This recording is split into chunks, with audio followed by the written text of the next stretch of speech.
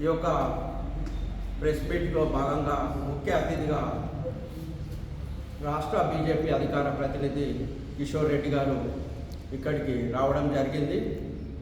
BC reservation పట్ల ప్రజలను ఈ యొక్క రేవంత్ రెడ్డి సర్కారు చేస్తున్న మోసాల గురించి వివరించడం కోసం రాష్ట్ర పార్టీ వారిని ఇక్కడ పంపడం జరిగింది.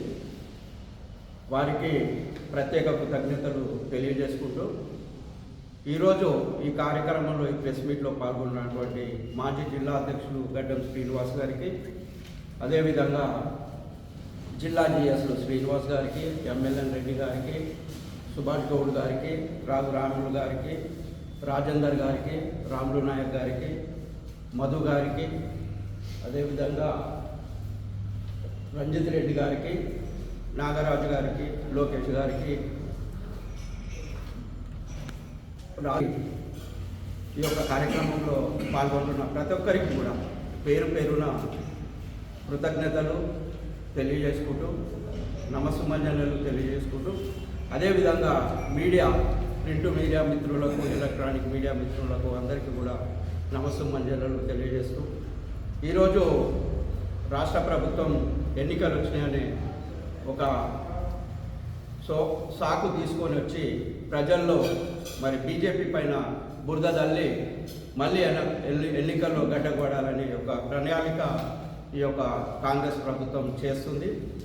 దీన్ని ప్రజలు మాత్రం నమ్మడం లేదు. ప్రజలకు కాంగ్రెస్ ప్రభుత్వం ఏదేదైతే మోసాలు చేస్తుందో అన్నీ కూడా గ్రహిస్తున్నారు. గ్రామాలలో ఓట్లు పడాయి, దీని పేరు చెప్పుకొని ఓట్లు వేసుకొని మరి పబ్బం గడుపుదామనే ఉద్దేశంతో కాంగ్రెస్ వాళ్ళు ప్రయత్నం చేస్తున్నారు. ఈరోజు అభివృద్ధిలో లేరు, అబద్ధాలలో ముందున్నారు. మరి అబద్ధాల పరిపాలన ఎన్ని రోజులు కూడా జరగదు.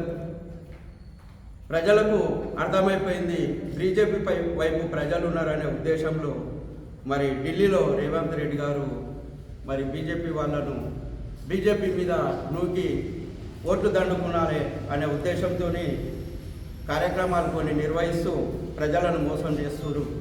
కాబట్టి వాటిపైన మన రాష్ట్ర అధికార ప్రతినిధి అన్నగారు కిషోర్ రెడ్డి గారు మాట్లాడవలసిందిగా కోరుతున్నాను.